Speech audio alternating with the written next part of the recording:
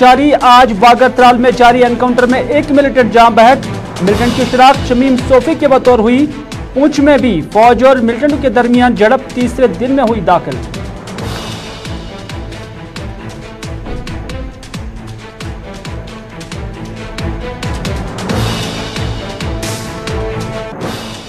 लखीमपुर किसान मामले पर मुल्क भर में सियासत तेज। राहुल गांधी की सदारत में वफद ने सदर हिंद से की मुलाकात। तहकीकात से कबल दाखिला वजीर अजय मिश्रा के इस्तीफे का किया मुतालबा।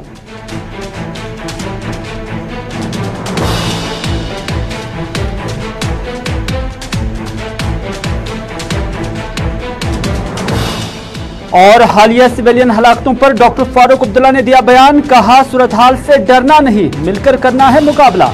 मुल्क में हिंदू, मुस्लिम और सिख को तकसीम करने की सियासत बताई जारी। कहा, बांटने की सियासत खत्म न हुई तो हिंदुस्तान भी न रहेगा।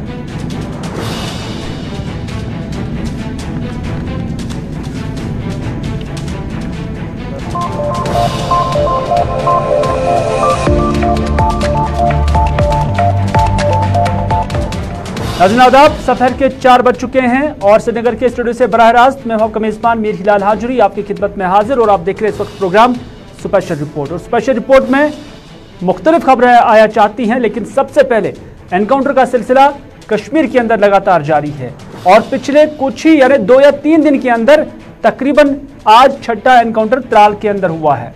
और इस एनकाउंटर के अंदर भी एक मिलिटेंट के मारे जाने की खबर है। और इससे पहले जो सिविलियन हलाकतें कश्मीर के अंदर हुई हैं, तो उसके बाद पे दर पे कश्मीर के अंदर एनकाउंटर्स हो रहे हैं। कल जहां शोपियान के अंदर भी एनकाउंटर हुआ, वहीं पर अब आज त्राल के अंदर भी एनकाउंटर हुआ। और त्राल के वागुरा इलाके में यह एनकाउंटर आज बाद दोपहर शुरू हुआ।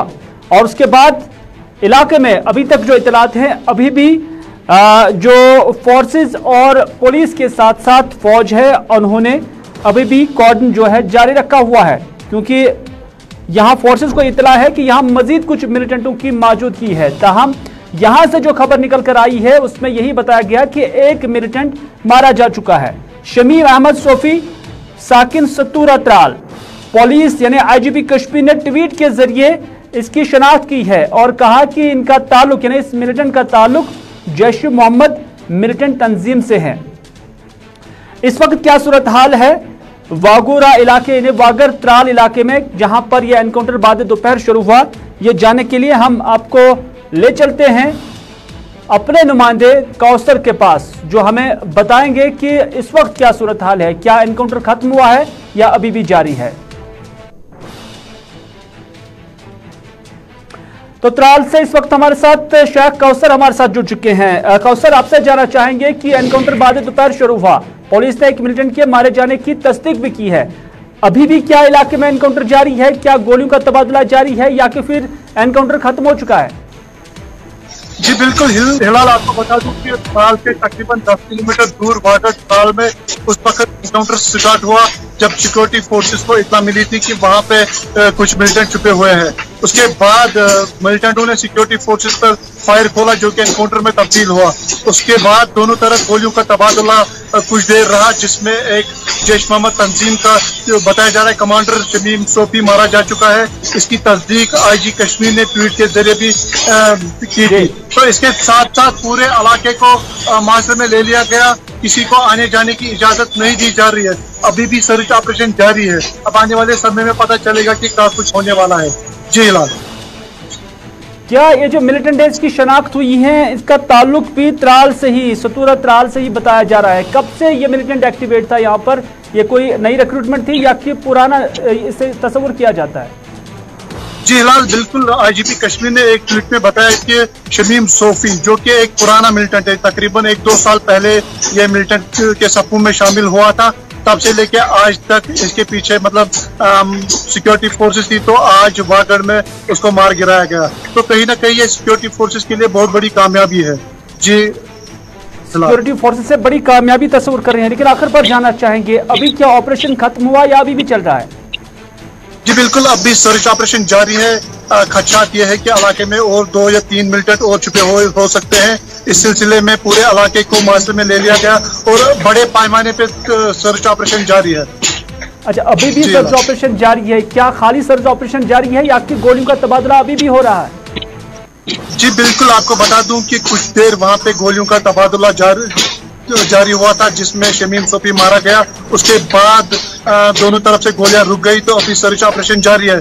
इसमें यह भी बताया जा रहा है कि 2 मिलिटेंट और छुपे हो सकते हैं, तो कहीं ना कहीं ये भी हो सकता है कि अगर वहां पे होंगे तो वो भागने में कामयाबी हो गए होंगे। तो अभी अब आने वाले समय में पता चलेगा कि क्या कुछ हो। बहुत बहुत शुक्रिया कौसर, पूरी जानकारी देने के लिए।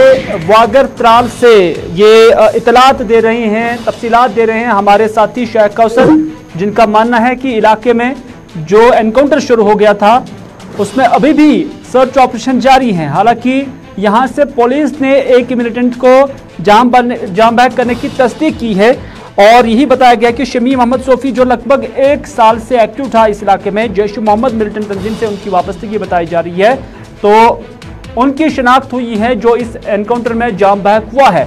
लेकिन ये भी खदशात है फोर्सेस को, ये भी इतलात है फोर्सेस को कि यहाँ शायद मजीद मिलिटेंट्स हो सकते हैं, तो इस वजह से यहाँ पर सर्च ऑपरेशन अभी भी जारी है। तो इसी के साथ साथ हम आपको बताते चले कि जहां कश्मीर के अंदर यह एनकाउंटर जारी है, वहीं पुंछ के अंदर भी जो बंगोई इलाका है, जो पुंछ और राजौरी के दरमियान आता है, वहां पर भी झड़प जारी है। हालांकि अगरचे कल से गोलियों के तबादले में किसी हद तक फर्क भी आया है, कमी भी आई है, और सुबह से यही बताया जा रहा है कि इसमें कोई भी गोली का इस्तेमाल किसी भी तरफ से नहीं हुई है, क्योंकि कल दिन में भी यही इतलात मौसूल हो रहे थे कि एक तरफा फायरिंग थी, फौज की जानब से यहाँ फायरिंग की जा रही थी कि जो अपोजिट में मिलिटेंट है इस घने जंगल के अंदर, शायद वो वहां से जवाबी कार्रवाई कर सकते हैं। लेकिन जब कोई जवाब नहीं आया तो उसके बाद फौज की जानब से भी गोलीबारी जो है बंद कर दी गई है। हालांकि यहाँ फौज की जानब से पहले ही बड़े हथियारों का इस्तेमाल भी किया जा चुका था, लेकिन अभी तक यहाँ से यही इतलात हैं कि इस झड़प में 5 फौजी 2 दिन पहले ही जाम बैक हो गए थे, और उसके बाद अभी तक जो मिलिटेंट्स की हलाकत के हवाले से किसी भी खबर की कोई तस्दीक नहीं हुई है, और ना ही फौज की जानिब से कोई दावा किया गया कि इस एनकाउंटर में अभी कोई मिलिटेंट मारा जा चुका है।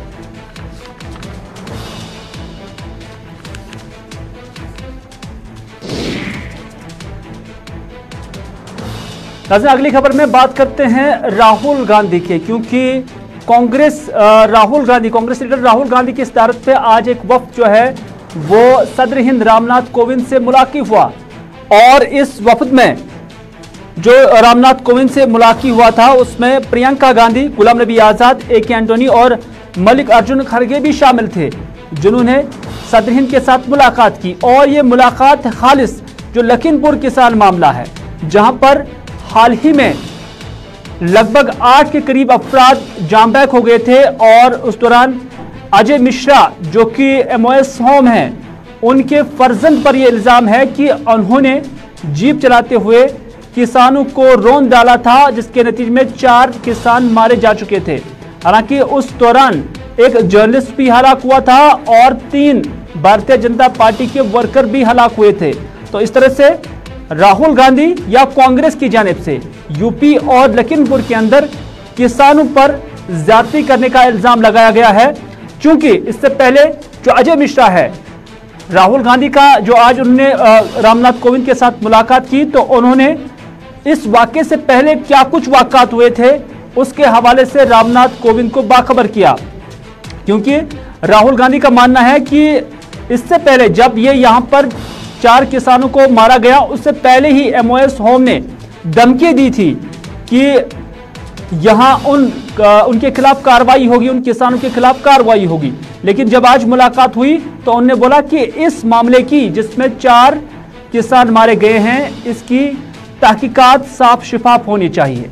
और साफ शिफाफ तहकीकात के लिए उन्होंने कहा कि MOS होम अपने पद से, अपने ओहदे से इस्तीफा देना चाहिए, क्योंकि ये उन्हें पर्टेन करता है, वैसे कि वो होम मिनिस्टर है। तो इस तरह से अजय मिश्रा के होम मिनिस्टर होते हुए या अपने ओहदे पर होते हुए इसकी साफ शिफाफ जांच नहीं हो सकती है, नंबर 1। नंबर 2, उन्होंने ये भी कहा कि इस मामले की जो तहकीकात है वो 2 मौजूदा या सिटिंग जजेस की निगरानी में होनी चाहिए, तब जाकर जो किसान हैं या इस वाकये में जो लोग मारे गए उन्हें किसी हद तक इंसाफ मिल सकता है। आपको बताते चले कि कांग्रेस की जानिब से इस मामले को बड़े जोरों शोर के साथ उठाया जा रहा है और कांग्रेस का ही दावा है कि उनकी जानब से एक प्रेशर क्रिएट किया गया, जिसके बाद अजय मिश्रा के फर्जंद को हिरासत में लिया गया है, तहकीकात के लिए बुलाया गया था। हालांकि उससे पहले अजय मिश्रा के जो फर्जंद है उससे गिरफ्तार नहीं किया गया था, ताहम उसके बाद उसे गिरफ्तार किया जा चुका है और उनसे पूछताछ अभी भी जारी है। राहुल गांधी ने प्रेस कॉन्फ्रेंस के दौरान मजीद क्या कहा, आइए पेश करते हैं। नमस्कार। कुछ दिन पहले हम लखीमपुर खीरी में जिन परिवारों के सदस्यों को कुचला गया था, उनके हम घर गए और उनसे बातचीत करने के बाद उन्होंने हमें बताया कि वो दो चीजें चाहते हैं। पहली चीज, वो न्याय चाहते हैं। वो चाहते हैं कि जिस व्यक्ति ने ये हत्या की है उसको सजा मिले। और उन्होंने ये भी कहा कि जिस व्यक्ति ने हत्या की है उस व्यक्ति के पिता हिंदुस्तान के होम मिनिस्टर हैं। हिंदुस्तान के होम मिनिस्टर हैं। और इसीलिए जब तक वो व्यक्ति मिनिस्टर है तब तक सही जांच और न्याय नहीं मिल सकता है। यह बात हमने हिंदुस्तान के राष्ट्रपति जी को बताई और हमने उनसे कहा कि देखिए, ये सिर्फ इन परिवारों की आवाज नहीं है, ये हिंदुस्तान के हर किसान की आवाज है। उस आवाज को कुचला जा रहा है, दबाया जा रहा है। और इस व्यक्ति ने हत्या से पहले देश के सामने कहा है कि अगर सुधरोगे नहीं तो मैं सुधार दूंगा। मतलब किसानों को धमकी दी और फिर उस धमकी पर एक्शन लिया और किसानों को मारा। तो हमने राष्ट्रपति जी से कहा कि देखिए, जब तक ये व्यक्ति मंत्री है तब तक न्याय नहीं मिल सकता है। इस मंत्री को हटा देना चाहिए और सुप्रीम कोर्ट के 2 सिटिंग जजेस की इंक्वायरी होनी चाहिए और जिन्होंने भी ये हत्या की है, मर्डर किया है, उनको सजा मिलनी चाहिए। तो लखीमपुर मामले पर राहुल गांधी और उनका रिएक्शन आपने देखा, जो आज उन्होंने रामनाथ कोविंद के साथ मुलाकात की और वहां पर किस तरह की मांगे रखी, क्या मुतालबात रखे, वो हमने आप तक पहुंचाई। लेकिन जम्मू कश्मीर के अंदर साबिका वज़ीर आला और नेशनल कॉन्फ्रेंस सदर डॉक्टर फारूक अब्दुल्ला ने हालिया हालातों को लेकर क्या कुछ कहा है। दरअसल आज बागत बरजुल्ला में जो वाक़ा गुरुद्वारा है वहां पर सुपिंदर कौर, जिसकी हलाकत हाल ही में हुई है हमले के दौरान, और उसके दसने से मुतल्लिक एक तकरीब यहां पर मुनक़द हुई और इस तकरीब पर डॉक्टर फारूक अब्दुल्ला भी आज यहां पर सिख बरादरी के दरमियान मौजूद रहे। और इस दौरान जब डॉक्टर फारूक अब्दुल्ला ने यहां पर तकरीर दी तो काफ़ी जज्बाती हुए और उसके बाद डॉक्टर फारूक अब्दुल्ला ने यहां मीडिया के नुमाइंदों के साथ भी बात की। मीडिया नुमाइंदों से बात करते हुए डॉक्टर फारूक अब्दुल्ला ने कहा कि पूरे मुल्क के अंदर एक तूफान पैदा हो रहा है जिसमें हिंदू, मुसलमानों और सिखों को बांटा जा रहा है। यह बांटने की सियासत को बंद करना पड़ेगा। अगर इसको बंद नहीं करेंगे तो हिंदुस्तान भी नहीं रहेगा। डॉक्टर फारूक अब्दुल्ला ने कहा कि इकट्ठा रहने में ही हिंदुस्तान रहेगा। और हालिया हलाकतों को लेकर डॉक्टर फारूक अब्दुल्ला ने कहा कि हम सबको हिम्मत से रहना है और ऐसी साजिशों का मुकाबला करना होगा। और उन्होंने कहा कि ऐसी ताकतें कभी कामयाब नहीं होंगी। हम सब ने हिम्मत से रहना है और डरना नहीं है। ये कभी कामयाब नहीं होंगे। जो भी ये सोचते हैं उसमें ये फेल होता है। मगर हमने मजबूती से खड़ा होना है, सब ने, मुसलमान ने, सिख ने, हिंदू ने, ईसाई ने, जो भी हम हैं, हम लोग को इकट्ठे खड़े होकर इनका मुकाबला करें। ये एक सिलसिला चल रहा है, सारे हिंदुस्तान में एक तूफान पैदा हो रहा है, मुसलमानों को और हिंदुओं को और सिखों को बांटा जा रहा है। और ये जो बांटने की सियासत है, इसको बंद करना पड़ेगा, क्योंकि अगर इसको बंद नहीं करेंगे तो हिंदुस्तान नहीं रहेगा। और अगर हिंदुस्तान को बचाना है तो हमने इकट्ठे रहकर रहना है, और तभी हिंदुस्तान आगे चलेगा। जमात में लोग आते हैं, लोग जाते हैं, कोई बड़ी बात नहीं।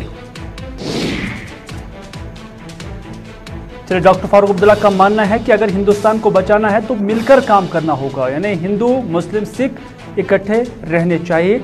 ये पैगाम उन्होंने आज यहाँ बागात बरजुल्ला से दिया है। लेकिन आपको बताते चले कि जम्मू कश्मीर के लेफ्टिनेंट गवर्नर मनोहर सिन्हा आज जम्मू गए और हालिया वाक़ात के दौरान जिस दीपक मेहरचंद को भी जहां बहक किया गया था, आज उनके घर वो गए और लवाहिकीन के साथ मुलाकात की, उनके साथ ताज़ियत की और उनके साथ इजहारी यकजहती की। इस मौके पर लेफ्टिनेंट गवर्नर ने जो ताज़ियत पुरसी के दौरान लवाहिकीन से भरपूर ये साथ देने का वादा किया और कहा कि जम्मू कश्मीर इंतज़ामिया, यहाँ तक कि पूरे मुल्क की सरकार, उनके इस गम की इस घड़ी में बराबर की शरीक है। इस मौके पर उन्होंने कहा कि जो कातिल है उनको बख्शा नहीं जाएगा और साथ ही साथ इस घड़ी में जम्मू कश्मीर सरकार उनके अहलखाना के साथ है और लवाहिकीन को एक सरकारी नौकरी दिलाने का भी यकीन दिलाया। और बाद में जो लवाहिकीन है उन्होंने मीडिया नुमाइंदों के साथ भी बात की और उन्होंने भी यही बात कही कि गवर्नर की जानब से उन्हें यकीन दहानी कराई गई कि इस नाजुक घड़ी में पूरी सरकार उनके साथ है और साथ ही साथ इस घर के फर्द को नौकरी दिलाने का भी यकीन दिलाया गया। गवर्नमेंट जॉब की बात बोला उन्होंने, गवर्नमेंट जॉब के लिए आप रिटर्न में दे दीजिए, हमने दे दिया। अच्छा, तो आप कितना सेटिस्फाई हैं उनके विजिट से? 100% सेटिस्फाई है। उन्होंने बोला कोई आपको जरूरत नहीं, हम कर देंगे, कोई प्रॉब्लम नहीं। तो सिक्योरिटी की बात की कि वहाँ पे जो लोग नहीं, उन्होंने बोला वो हम कर रहे हैं इंक्वायरी, वो बाद में देखेंगे। अच्छा, सिक्योरिटी क्या आश्वासन दिया, क्या आश्वासन दिया? इधर पीडीपी से वाबस्ता सिख लीडर डॉक्टर हरबख्श सिंह ने भी बयान दिया। उन्होंने कहा कि जहां 370 को हटाए जाने के बाद पूरे मुल्क के अंदर या पूरे दुनिया के अंदर अमन और तरक्की का नैरेटिव खड़ा किया गया था, वहीं पर जमीनी स्तर पर उसके बरक्स नजर आ रहा है। उन्होंने कहा कि आज ये पहला मौका नहीं है कि यहाँ पर अकलियतों पर हमला हुआ, बल्कि बरसों पहले जो छठी सिंहपुरा में सिखों का कत्लेआम हुआ, उसके गुनहगारों को भी अभी तक सजा नहीं दी गई है।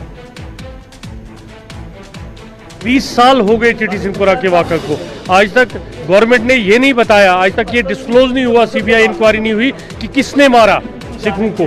इसी तरह आज ये अननोन गनमैन्स वाला मामला आ रहा है। बड़ा अनफॉर्चुनेट है कि अगर एक टीचर स्कूल में है, वो पढ़ाने गई है, तो उस पर गोली चलाई गई। ये कोई भी मजहब इसकी इजाज़त नहीं देता, लेकिन गवर्नमेंट को इसमें बड़ा सख्त रहना पड़ेगा और इसकी इंक्वायरी करनी पड़ेगी। और कल्प्रेट जो है, जो कौमों के दुश्मन है, जो दो कौमों के बीच में दरार डालना चाहते हैं, चाहे वो कोई भी है, उसको सरेआम लाया जाना चाहिए। और नाज़रीन, आपको याद ही होगा कि जम्मू कश्मीर लेफ्टिनेंट गवर्नर इंतजामिया ने फैसला लिया था कि जम्मू और कश्मीर के अंदर दोनों जगहों पर सिविल सेक्रेटेरिएट चलेगा और साथ ही साथ ये भी कहा गया था कि दरबार मुँह बंद हो जाएगा, क्योंकि दरबार मुँह पर हमने ये भी देखा कि जो एकोमोडेशंस है वो सरकारी मुलाजमीन को फराहम की जा रही थी। हालांकि जब ये फैसला हुआ तो उसके बाद सरकार की जानब से ये फैसला भी लिया गया कि अब जम्मू का सेक्रेटेरिएट जम्मू में काम करेगा और कश्मीर के मुलाजमीन कश्मीर के अंदर काम करेंगे। और इस तरह से जो एकोमोडेशन का मसला था उससे भी उसी वक्त हल किया गया था और उसकी ज़रूरत भी नहीं बताई गई थी। लेकिन इतना अरसा गुजर चुका है कि अभी भी ऐसे अफसरान और ऐसे मुलाजमीन के अंडर लगभग 200 से 2000 से ज़ायद एकोमोडेशंस हैं जिन्हें अभी भी वकेट नहीं किया गया है। तो इस तरह से ये तादाद जो है 2198 बताया जा रहा है। इस खबर को लेकर चूंकि मुख्तलिफ वक्त पर हमने देखा कि लेफ्टिनेंट गवर्नर इंतजामिया की जानब से नोटिस भी जारी की गई हैं, लेकिन इन नोटिस को जारी करने के बावजूद भी इन अकोमोडेशंस को अभी तक नहीं छोड़ा गया है। इस खबर को लेकर मजीद तफसीलात के लिए इस वक्त हमारे साथ है इरफान फाजिल, जो हमें इस खबर के हवाले से मुकम्मल तफसीलात फराहम करेंगे। इरफान, जानना चाहेंगे क्योंकि खबर यही आ रही कि 2000 से ज्यादा अकोमोडेशन ऐसी अभी भी हैं जिन्हें नहीं छोड़ा गया है, अभी भी उससे इस्तेमाल में लाया गया है। क्या है पूरी तफसीलात, क्योंकि सरकार की जानब से कई बार उन्हें नोटिस भी जारी की गई थी, तो फिर क्या वजह है कि अभी तक उन्हें नहीं छोड़ा गया है? हिलाल हांजुरी, अगर मैं बात करूं इन अकोमोडेशंस को लेकर, जबकि हम देखते थे कि पहले दरबार मुंह होता था और दरबार मुंह में हर एक सरकारी मुलाजिम को जम्मू जाना पड़ता था और उनके लिए बाज़ाब्ता तौर पर देखा जाए तो अकोमोडेशंस फराहम की जाती थी। और साथ ही साथ जबकि ये डिसीजन बाद में चेंज हो गया कि अब दरबार मुंह जो है नहीं होगा, जबकि श्रीनगर में भी सेक्रेटरीट लगेगा और जम्मू में भी सेक्रेटरीट लगेगा। अभी की जो खबर ये है कि हमें याद है जून के माह में तकरीबन एक ऑर्डर जो है हुक्मनामा जारी किया गया था और जिसमें बताया गया था कि 10 दिन के अंदर अंदर जो है एम्प्लॉयज को अपने फ्लैट्स और जितने भी उनकी रिहाइश गाह है वो खाली करने पड़ेंगे, क्योंकि अब श्रीनगर में जो एम्प्लॉयज काम कर रहे थे वो श्रीनगर में ही रहेंगे, जम्मू के जम्मू। मगर इसके साथ साथ ये भी एक है कि 400 से ज्यादा यानी वो अकोमोडेशंस है जम्मू में जो अभी खाली नहीं हुई है, नंबर 1। दूसरी बात यह है कि जब ये अल्टीमेटम दिया गया तो उसके बाद जी हाँ फिर कई सारे सवाल खड़े हो गए कि आखिरकार ये क्यों हो रहा है। एम्प्लॉयज ने भी इस पर जी हाँ अपना इज़हार ख्यालात किया या खासतौर पर जो प्रोटेस्ट वगैरह हुए, मगर बाद में जीएडी की तरफ से एक और नया हुक्मनामा जारी किया गया जुलाई के महीने में, जिसमें बताया गया कि 2198 टोटल फ्लैट्स हैं और इसमें क्वार्टर्स भी शामिल हैं, जबकि जम्मू वालों के पास 1737 क्वार्टर्स और फ्लैट्स हैं। अच्छा। और श्रीनगर में 461 एम्प्लॉयज के भी कुछ ऐसे हैं जो बाज़ाब्ता तौर पर कैंसिल किए गए हैं। मगर अभी तक यानी अभी तक अगर हम देखेंगे डेट ऑफ इश्योरेंस जो कि जुलाई के महीने में नई इंप्लीमेंटेशन ग्राउंड में लाई गई और बताया गया कि जल्द से जल्द इसे जी हाँ छोड़ना पड़ेगा और गवर्नमेंट को हैंड ओवर करना पड़ेगा, मगर अभी भी इस तरह की लगातार जी हाँ कंप्लेंट्स आ रही है और लगातार इस पर अभी कोई कार्रवाई नहीं हुई है। अभी भी कई सारे ऐसे क्वार्टर्स और फ्लैट्स जो है वो जी हाँ जाहिर सी बात है एम्प्लॉयज के पास है और सीनियर अफसरान के पास है जो अभी भी इन्हें छोड़ नहीं रहे हैं। अब यहाँ पर सवाल बनता है लगभग 2000 से ज्यादा अकोमोडेशन है जिन्हें अभी तक नहीं छोड़ा जा रहा है, और इससे अंदाजा लगाया जा सकता है कि सरकार भी कितनी मुतहरिक है, जो कंसर्न डिपार्टमेंट है वो भी कितना मुतहरिक है। फिलहाल इरफान बहुत बहुत शुक्रिया पूरी जानकारी देने के लिए। यानी 2198 ऐसी अकोमोडेशन अभी भी हैं जम्मू कश्मीर के अंदर जो अभी भी मुलाजमीन और अफसरान के ज़ेरी इस्तेमाल है, जो कि सरकारी रिहाइश गाहें हैं, और इसमें 1737 जम्मू के अंदर ये रिहाइश गाहें हैं और कश्मीर के अंदर भी 461 जो रिहाइश गाहें हैं, सरकारी रिहाइश सहूलियात जो अभी भी मुलाजमीन के ज़ेरी इस्तेमाल हैं। तो इस पर अगर कई बार नोटिस भी जारी की जा चुकी थी, लेकिन हद यह है कि अभी तक भी उनसे ये छुड़ाई नहीं की गई है। और साथ ही साथ जो कंसर्न डिपार्टमेंट है उनकी जानब से इस हवाले से क्या कुछ किया जा रहा है वो भी इन्हीं एदाद शुमार को देखकर जो है साफ पता चलता है।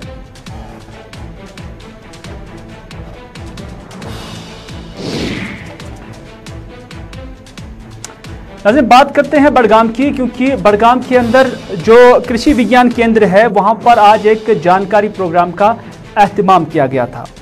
सोईबुग हरन बड़गाम के कृषि विज्ञान के अंदर यह प्रोग्राम मुनक्कद हुआ, जिसमें मेडिसिनल और एरोमेटिक प्लांट्स की काश्त से मुतलिक जानकारी फराहम की गई। इस तकरीब में माहिरीन ने जमींदारों को मुफीद मालूमात से भी आगाह किया। ये जो आज का यहाँ पे वन डे अवेयरनेस प्रोग्राम मुनक्कद हुआ, ये CSIR council for scientific and industrial research, Indian institute of integrative medicine उनकी वसातत से हुआ आज कृषि विज्ञान केंद्र बड़गाम पे। तो इसमें डिस्ट्रिक्ट बड़गाम के मुख्तलिफ इलाकों से, मुख्तलिफ देहात से हमारे फार्मर्स यहाँ पे तशरीफ़ फरमा थे, वो आए थे, और हमारे साइंटिस्ट जो थे CSIR IIIM से आए थे, और कृषि विज्ञान केंद्र के साइंटिस्ट भी इसमें शामिल।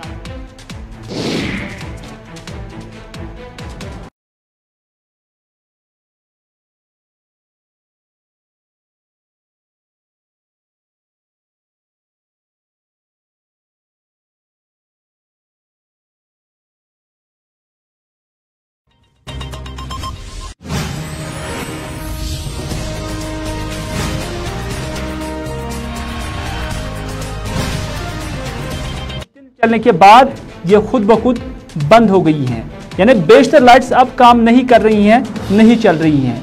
तो इस तरह से मकामी लोगों ने मुतालबा किया कि अगर यहाँ पर ये सहूलियत देनी ही थी तो फिर गैर मयारी क्यों। तो इस तरह से उन्होंने मुतल्लिका इंतजामिया और सरकार से मुतालबा किया कि इस मामले की तहकीकात होनी चाहिए। अगर इन्होंने यहाँ पे 20 लाइटें लगाई, अगर इससे बेटर था अगर ये 4 या 5 लाइटें यहाँ लगा दी, लेकिन उसमें लाइट होनी, रोशनी होनी चाहिए। लाइट किस लिए लगा रहे आप? ताकि अगर हम ग्राउंड में लाइट लगा रहे हम यहाँ खेल सके। लेकिन मुझे समझ में नहीं आ रहा है ये पैसे क्यों ये जाया कर रहे हैं। अभी हाल ही में इन्होंने यहाँ मस्जिद जो आम नुक्कड़ है वहाँ पे लाइटें लगाई, लेकिन आप यकीन करें जब हम निकलते शाम को मुश्किल से आदमी दिखाई देता है। बिल्कुल पुअर परफॉर्मेंस। ये लगाना न लगाना एक ही बात है। हम इनसे गुजारिश करते हैं कि अगर वो यहाँ लाइट लगाए कम से कम उसमें क्वालिटी की होनी चाहिए।